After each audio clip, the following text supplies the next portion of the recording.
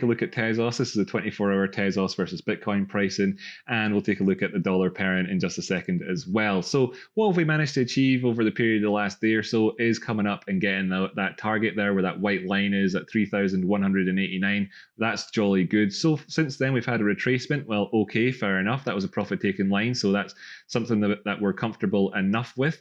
Looking at the 1 hour time frame, actually, you can see we've got a green candle here just now, and that makes sense given that the price of Bitcoin has been pulling back over the period. Well, I'd say that, the last hour there was a bit of a pullback. And, these things kind of, they whatever, that's kind of whatever. That's besides the point. Who cares? We're looking at Tezos here in this video anyway. Overall, this has been okay. We've come back down and we're retesting this area that we broke out of before. So we had that wedge on the go. You could have done a measured move off the back of it and said, hey, we're coming up towards that target, and we kind of did it. It doesn't need to be super fantastic. As you can see, actually there with the measured move already had on the go, and that's the case. And we came up there, we did that, just great.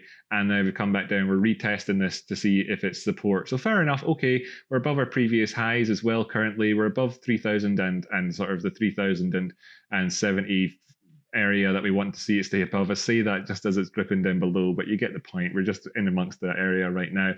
I'd like to see the prices, manage to maintain themselves above 3,000 in general, just generally speaking. But 3,030, I suppose, if I have to stick a precise point price on it. Oh, by the way, I wasn't visible in the Chainlink video if you've been watching that or if you're about to, because my phone ran out of storage space. Bah, stupid me. And I didn't record myself properly because I used my phone to film. It's an adequate camera for it, just for now.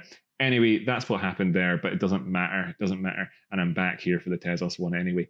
And yeah, so that's basically, we've done what we wanted to see happen. That's good. It's not divergent on the RSI. That's good. It is divergent on the stochastics. Okay, right. Let's look at this though. And it's also divergent on the DMI. Right. So there's a bit of divergence there. We've had a pullback then, I suppose, as a result of that kind of, that's actually, this current pullback is what's allowing us to say that that's divergent.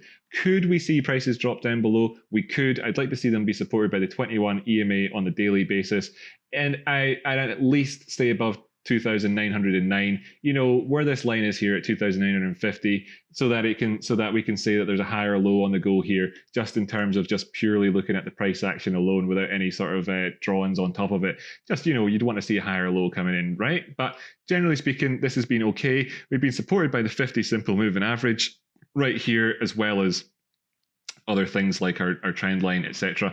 So, that's okay. Everything's working out okay in that front. In terms of the sort of the Fibonacci type thing as well, just to keep moving this on up, if I keep this going wick to wick over here, I think this is the wick. Yeah, wick to wick over here on this Fibonacci retracement, then just using this as a general guide, 3,050 or so would be the 236.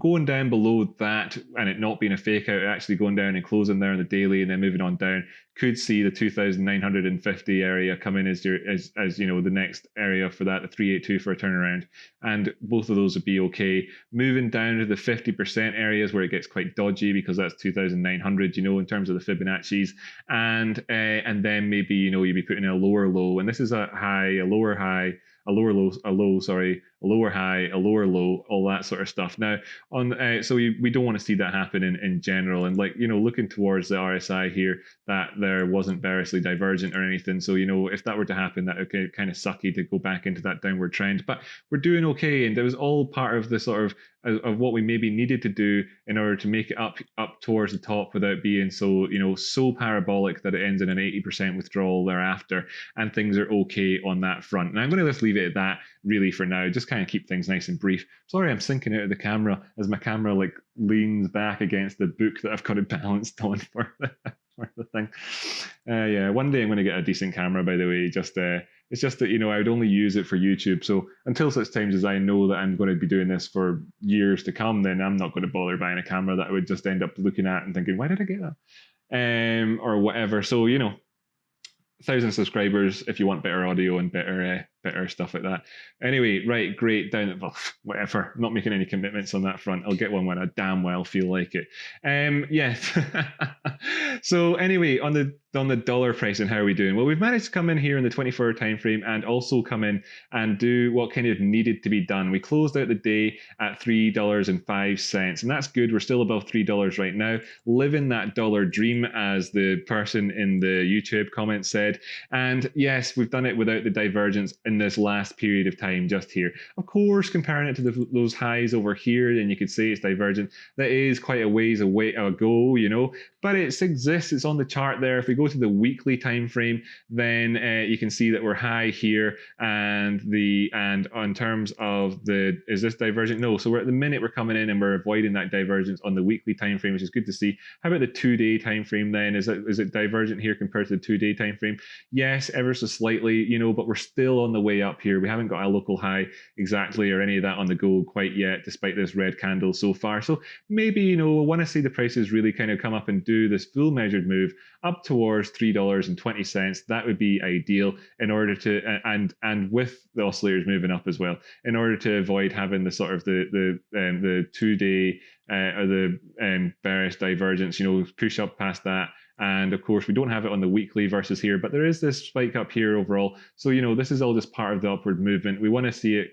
We want to see us going up and continuing the weekly trend, and that there means the prices need to go up as high as 355 on a weekly closing basis, and hopefully do that with, you know, with some, you know, either in a far enough a ways time with a nice smooth stair-stepping movement on the way up here that you can discount that in terms of being too far back in the past for the divergence. Changing this here to a higher number just so you've got the length of the RSI included more. There isn't any way to avoid it being divergent unless you just make it so it doesn't appear on the chart at all. You know, yeah, okay. So if we look at it and we include the entire lifespan of the coin, then we're getting up here and we could do it without divergence, you know. But whatever, just in general terms, you know, just as whatever, just as a sort of thing. It's only just a warning sign anyway. But somebody had asked me about that recently, so I decided I would kind of change things around a wee bit. I'm not, whatever. Yeah. So generally on this, in terms of this thing, I want to see it going up to 320, right? If this needs to act as support down there at 372, I'm okay with that. Although ideally that wouldn't need to happen.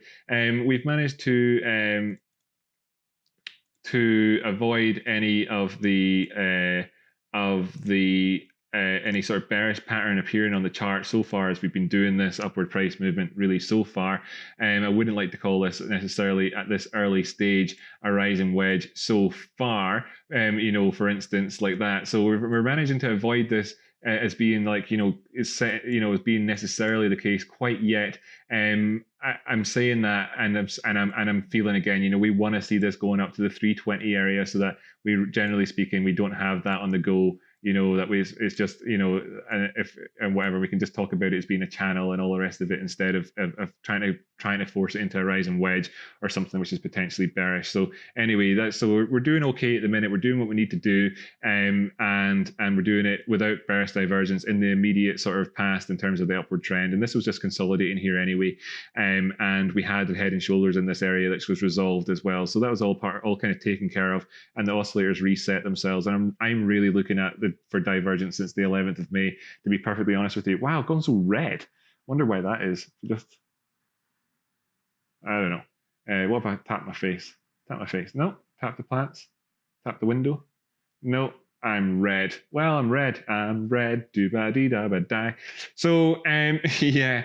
Overall, the trend is still going down. The ADX lines come down below 10, or is it? No, it's just right on 10. You know, we could see some volatility here. I want to see that volatility if there is some operating towards the top side, coming in here and saying, yes, you know, you were right to think of this as being a cup with handle, and we're moving towards the top side for the measured move off the back of this thing. Or this channel here or whatever, and we're going to get something more than 320 and 336 or one of the higher targets, go up to the 786 over here on the left, you know, all of that sort of stuff. But the main components are in place. You know, we're above this big these nodes here on the VPVR. We're outside of this channel here, and you know, we're being supported so far by the line that we need to see us being supported by at 290. We've made it into the $3 area. You know, we're currently at $3 just now, so everything's kind of in place despite this being a bit red here in this candle today, to say that things are going okay. We're not bearishly divergent in terms of just the immediacy, the really, you know, really in terms of the actual highs and stuff. I guess I was saying what we were. No, was that in the Bitcoin pair? Aye, not on the dollar, on the stochastics here. We're fine on this stance as well, and on the DMI, and everything's okay. It's fine. You know, it's spread it in the way that you want it to be. Just want to see this turn around and actually start to trend towards the top side. Really, overall, looking at the divergence between the exchanges, you know, you've got the 1% drop down in prices here. Across the board on all exchanges, and the HIT BTC price is managing to stay below the $3 area. You know, I don't know what's going on with this here, but we're below the previous highs over here. We've not done the same structure. The 30th of April high over here at 295, going back over to this chart, the 30th of April here at 292. You know, and we're currently above that. What can I say? It's not. This is kind of unique to Tezos, really, to be honest with you. Looking at Tezos versus Ethereum, though, we've had a bit of an uptake in that today, which is decent to see. Looking at the Ethereum prices themselves, you know, we've got a 1.4% downturn in the price today, and that, we've got a 1 point something downturn price against dollar here, and as a result, you could say that the prices are moving up versus Ethereum. I wouldn't say that this is that this is what's pushing that price action. This is just maybe asymptomatic of the other condition. But, you know, we have this going towards the top side, which is exactly what we wanted to see when we were talking about this in yesterday's video. So that's good. It's good to see. We want to see this coming up towards the top side. So just checking back in with this and to see if it's doing what we wanted it to, or if it kind of rejected that idea and was coming back down below again. So we're still doing what we want to see there, and that's very good overall. And I apologize, I suppose, I haven't got a great deal of things to say in general. You know, if we go over to this particular chart, we've got the downward slope. We've got a couple of different triangles that you could be looking at here. This one here, this white line coming up, and this white line coming down. We're breaking above that. This ascending triangle as well, we're breaking above it. So just to let me take the measure move aspect of this over and say, you know, say we had a measure move like this, or, well, you know, the descending triangle one, say that the ascending triangle one, that's going to take you up to as high as the 360 area, you know, which is kind of goes well enough with what we were looking at before. We've come up, we've got close to this again at $3 and well, whatever, $3.10. You know, we've got up there as well. We're at 301 at the minute. If we can get above 315, then of course we can look up to that 360 area here, you know, for that type of thing, which is, this is looking at the horizontals. This is looking at an ascending triangle or a symmetrical triangle, really depending on how you want to look at it.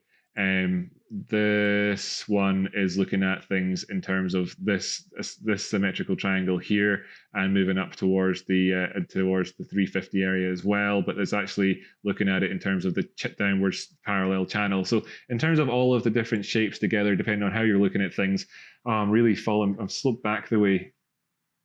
Whatever. In terms of all those things, they're all tying together, you know. So that's what we're looking at. If we can see that happen, that would be good, you know. Otherwise, sort of, we need to see the prices stay above 275 is where I'm going to call that. You know, the two levels, 288 and 275, really is what we want to see the prices go above. Below there, then you could be looking down to 230 again. But yeah, things are going well. Okay, so that's that. Thanks so much for tuning in. Hit the video, which is appearing up on the screen now, if you want to see more content. It's what YouTube thinks is the best for you. I'm really red now. I don't know what's going on. It's the lighting in here, I think. And yeah, just, you know, share the video with a friend if you've got one that you think would like it. I know some of you already do, and for that I'm hugely grateful. And I hope you all have a really, really great day out there, and trade safe and all the rest of it. So, you know, stay safe, trade safe, all that good stuff. I'll catch you in the next episode. Thanks so much for tuning in. And yeah, watch the other videos.